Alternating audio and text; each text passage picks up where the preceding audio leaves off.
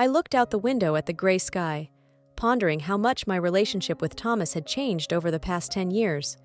We used to be happy, making plans for the future, dreaming of a life together. But over the years, something had changed. Thomas had become distant. Our conversations had become short and dry, and the evenings we spent together had turned into silence in front of the TV.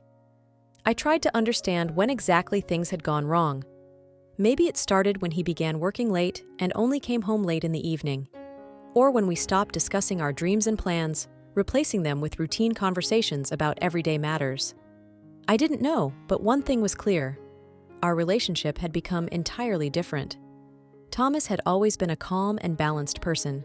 It was hard to provoke him, and he rarely showed emotions. But lately, I had begun to notice that he was becoming increasingly irritable and withdrawn. He stopped looking me in the eye when we talked, and his once genuine smile had disappeared.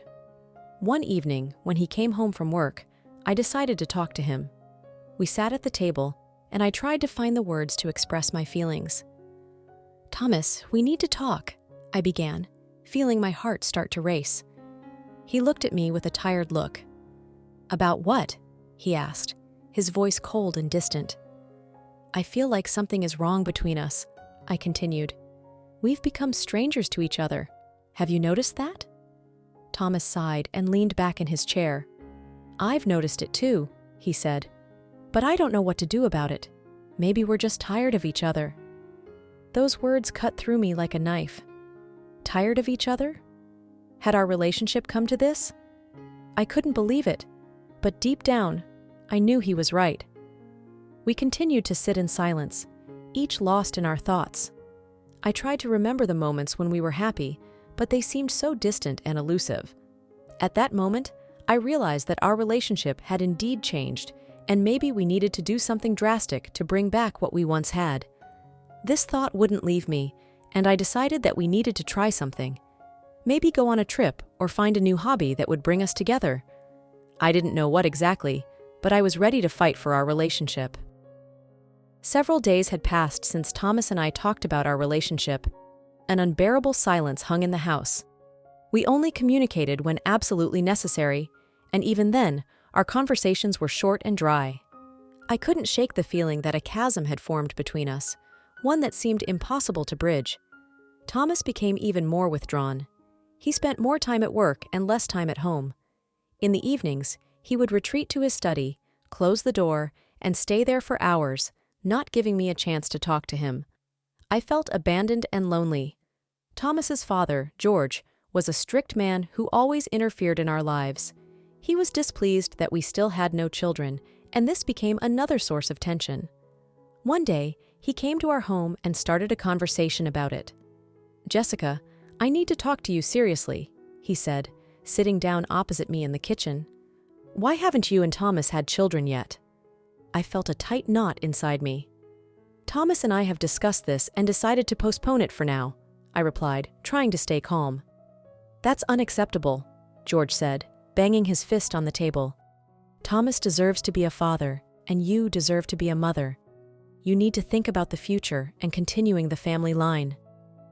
These words echoed in my head long after George left. I knew Thomas felt pressured by his father, making our situation even more unbearable. One evening, when Thomas returned from work, I decided to talk to him again. "Thomas, we need to talk about what your father said," I began. "I know what he said," Thomas replied, taking off his shoes. "And I agree with him. It's time for us to think about having children." I was stunned. "But we agreed to postpone this," I said, trying to hold back tears. "I changed my mind," Thomas said, "and I want you to stop taking birth control." Those words felt like a sentence. I realized that Thomas had already made a decision for both of us, and I had no choice. "Okay," I said quietly, feeling a tight knot inside me. The evening passed in silence. Thomas retreated to his study, and I was left alone in the living room, pondering what lay ahead. I felt the chasm between us growing wider and didn't know if I could ever bridge it. The decision to have a child became a real test for me. Thomas was insistent, and I felt compelled to comply with his wishes, even though I wasn't sure about this step myself. We began discussing how best to prepare for pregnancy, and I decided that the first thing to do was to see a doctor. Making an appointment with the gynecologist, I felt that this could be the first step towards restoring our relationship. However, as I sat in the doctor's office, I couldn't shake the feeling of anxiety. The doctor examined me and said that physically, I was ready for pregnancy, but warned that I needed to stop taking birth control and wait a few months. Returning home, I told Thomas about the visit to the doctor. The doctor said that I need to stop taking the pills and wait a few months before we can try, I explained. Great, Thomas replied, his eyes shining with hope. We can do this. We began preparing for the future, trying to regain the lost closeness. I stopped taking the pills and carefully monitored my health. Thomas seemed more caring and attentive, and our relationship began to improve. But despite the outward changes, I continued to feel anxious inside. I wasn't sure if I was ready to become a mother, and this feeling wouldn't leave me. Each day, the anticipation became more and more intense. A few months passed, and one morning I felt a strange sensation. I decided to take a pregnancy test, and the result was positive. I was pregnant. Thomas was ecstatic when I told him the news. He hugged me and said, "This is the best thing that could happen to us, Jessica. We're going to be parents." But instead of joy, I felt growing anxiety. I wasn't sure about my feelings and feared that I wouldn't be able to handle the role of a mother. However, I didn't want to disappoint Thomas and tried to hide my doubts.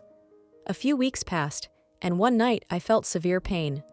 We rushed to the hospital, but the doctors couldn't do anything. I lost the baby.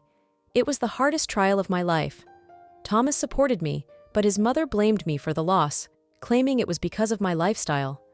These accusations became the final straw. Our relationship with Thomas worsened again, and he became even more distant. I realized that the decision to have a child would not bring back the lost love and closeness. Our marriage was on the brink of collapse. When we returned home, Thomas's father, George, came to us. I hoped for his support, but instead, he started blaming me.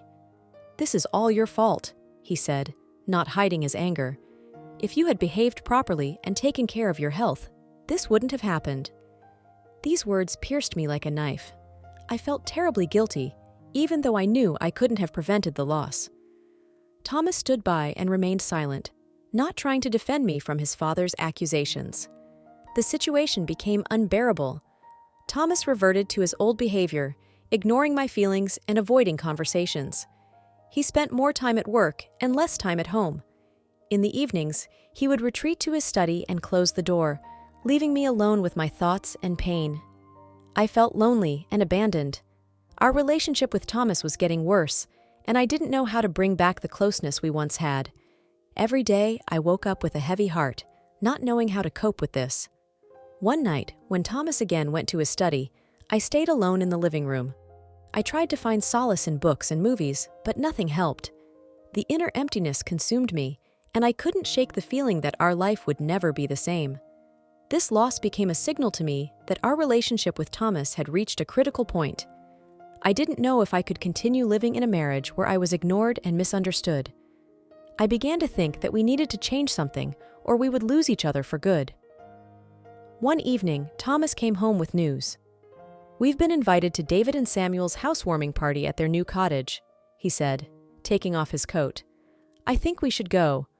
I was surprised by his suggestion. The doctor had recommended avoiding stressful situations and getting more rest after the loss, but Thomas seemed to disregard that. "Thomas, you know I need to avoid stress," I replied. "It's just a party, Jessica.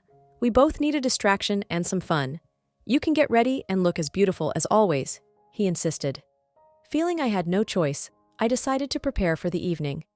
As I chose my dress and makeup, my thoughts revolved around revenge. I was filled with anger and disappointment, and these feelings grew stronger each day. Deep down, I knew our life would never be the same again, and I needed to find a way to regain control over my destiny. The party was held in a luxurious cottage, and when we arrived, I was struck by the grandeur of the place. Inside, everything was decorated with exquisite taste, creating an atmosphere of luxury and comfort. But this external beauty only highlighted my internal chaos. David and Samuel greeted us at the door, smiling and inviting us inside. They were the hosts of the evening, and their charisma attracted everyone's attention. Their dark skin and broad smiles contrasted with their elegant outfits, and they immediately started mingling with the guests, creating an atmosphere of ease and joy. Thomas and I joined the company, and I noticed that he quickly found common ground with the other men, discussing work and the latest news. I felt out of place and tried to find solace in conversations with other women, but my thoughts kept returning to David and Samuel. At some point, I saw David approaching me. "Jessica, how are you?" he asked, smiling. "Not bad, thank you," I replied, trying to hide my true feelings. "You look wonderful. We're so glad you came," he continued, his voice soft and soothing. "Thank you, David. This place is simply magnificent," I replied, feeling the tension inside me growing. We continued talking, and soon Samuel joined us. Their attention and kindness made me feel a little better, and I began to relax. But when Thomas ignored me again, immersing himself in conversation with colleagues, I decided it was time to act. I suggested to David and Samuel that we find a more secluded place to talk. They agreed, and we went to one of the rooms on the second floor where it was quiet and peaceful. As soon as we closed the door, I felt the tension in my body reach its peak. "Jessica, you look tense. Is everything okay?" Samuel asked, his eyes full of concern. "No, it's not okay," I replied, feeling tears welling up in my eyes. "My life has turned into chaos, and I don't know what to do." David stepped closer to me and placed his hand on my shoulder. "We're here to help you," he said softly. David stepped closer, his hand gently touching my face, then slowly sliding down my neck and shoulder. "Jessica, you are so beautiful," he whispered, his voice low and soft like silk. Samuel, standing behind me, gently placed his hands on my hips, his fingers sliding under my clothes, sending shivers down my spine. "We're here to give you everything you want," he said, his breath touching my ear, causing goosebumps on my skin. They began undressing me with slow, confident movements, their strong hands wrapping around my body, squeezing my buttocks, gently but firmly guiding me. I felt my body responding to each of their touches, awakening a long-forgotten passion. David slowly lowered me onto the bed, his eyes burning with desire. He leaned in and started kissing me, his lips hot and soft, each kiss filled with passion. Meanwhile, Samuel knelt at my feet, his hands gently spreading my thighs, and I felt him begin to caress me with his tongue, sending waves of pleasure through my body. I closed my eyes, giving in to these sensations. Their touches were so different, yet harmonious, as if they knew exactly how to make me happy. David continued kissing me, his hands exploring my body, finding all the most sensitive spots, while Samuel intensified his caresses, bringing me to the brink. When I felt I couldn't hold back any longer, David stopped and looked at me. "Are you ready?" he asked, his voice husky with desire. "Yes," I whispered, my eyes filled with tears of pleasure and gratitude. David entered me slowly, his movements confident and commanding. At the same time, Samuel rose and began entering me from behind. I felt their bodies filling me from both sides, tearing me apart with their love, their strong hands squeezing my body, my buttocks, making me feel every one of their movements. We moved in unison, their rhythm perfect, as if they knew exactly what I needed. I felt their love and passion penetrating every cell of my body, filling me with fire and delight. Their strong hands held me, guided me, not letting me get lost in this ocean of emotions. Every movement was like a lightning bolt, making my body tremble with pleasure. David and Samuel were the perfect pair, understanding each other without words, and their interaction was harmonious and coordinated. I felt their bodies merging with mine, becoming a part of me. They didn't just love me, they adored every part of my body, every curve, every cell. Their hands were everywhere, squeezing my hips, my buttocks, my breasts. I felt them merging into one, their love and passion overflowing within me. When we reached the climax, I felt a wave of pleasure wash over me. My body trembled with ecstasy, and I couldn't hold back cries of delight. David and Samuel continued moving, pushing me to the limit, their bodies hot and sweaty, their breathing heavy and ragged. Finally, when it was all over, we lay together, their strong arms wrapping around me, protecting and comforting me. I felt their love and passion continue to pulse through my body, becoming a part of me. David and Samuel showed me that I was worthy of love and respect, that I could be happy and free. The party continued, and as I returned to the main hall after our passionate encounter with David and Samuel, I felt Thomas's intense gaze on me. He stood by the bar, holding a glass of wine, watching me with a mixture of anger and suspicion on his face. I knew that everything could change in this moment. David and Samuel continued mingling with other guests, while I tried to return to my role as the dutiful wife, smiling and chatting with those around me. But my eyes kept drifting back to Thomas, who never looked away from me. Finally, he approached me, his steps firm and quick. "Jessica, what is going on?" he asked, his voice cold and hard. "Why are you spending all your time with these men?" I tried to remain calm. "Thomas, it's just conversation. You've been busy with your colleagues all evening," I replied, feeling a knot tighten inside me. "Don't lie to me," he hissed, grabbing my arm. "I can see something is going on between you." My inner fear turned to anger. "Yes, Thomas, something is going on. I'm tired of being the one you ignore and overlook. I'm tired of your constant control and neglect." His eyes narrowed, and he tightened his grip on my arm, leaving marks. "You've lost your mind," he whispered, his voice trembling with rage. "How could you humiliate me like this?" At that moment, David and Samuel approached us, their faces showing concern. "Is everything all right?" David asked, his voice soft but with an underlying strength. "No, it's not all right," I replied, pulling my arm free from Thomas's grasp. "I'm leaving." Thomas stared at me, his face red with anger. "You dare!" he shouted, but I was already heading towards the door. David and Samuel followed me, their presence giving me confidence. We stepped outside, and I felt the cool air wrap around me. In that moment, I knew I had made the right decision. "You made the right choice," Samuel said, wrapping his arm around my shoulders. "We're here for you." I nodded, tears streaming down my cheeks. "Thank you," I whispered. "Thank you for being here." We got into David's car and drove to his home. I remained silent the entire ride, lost in my thoughts. My marriage with Thomas was finally over, and now I had to start a new life. When we arrived at David's, he helped me out of the car and led me inside.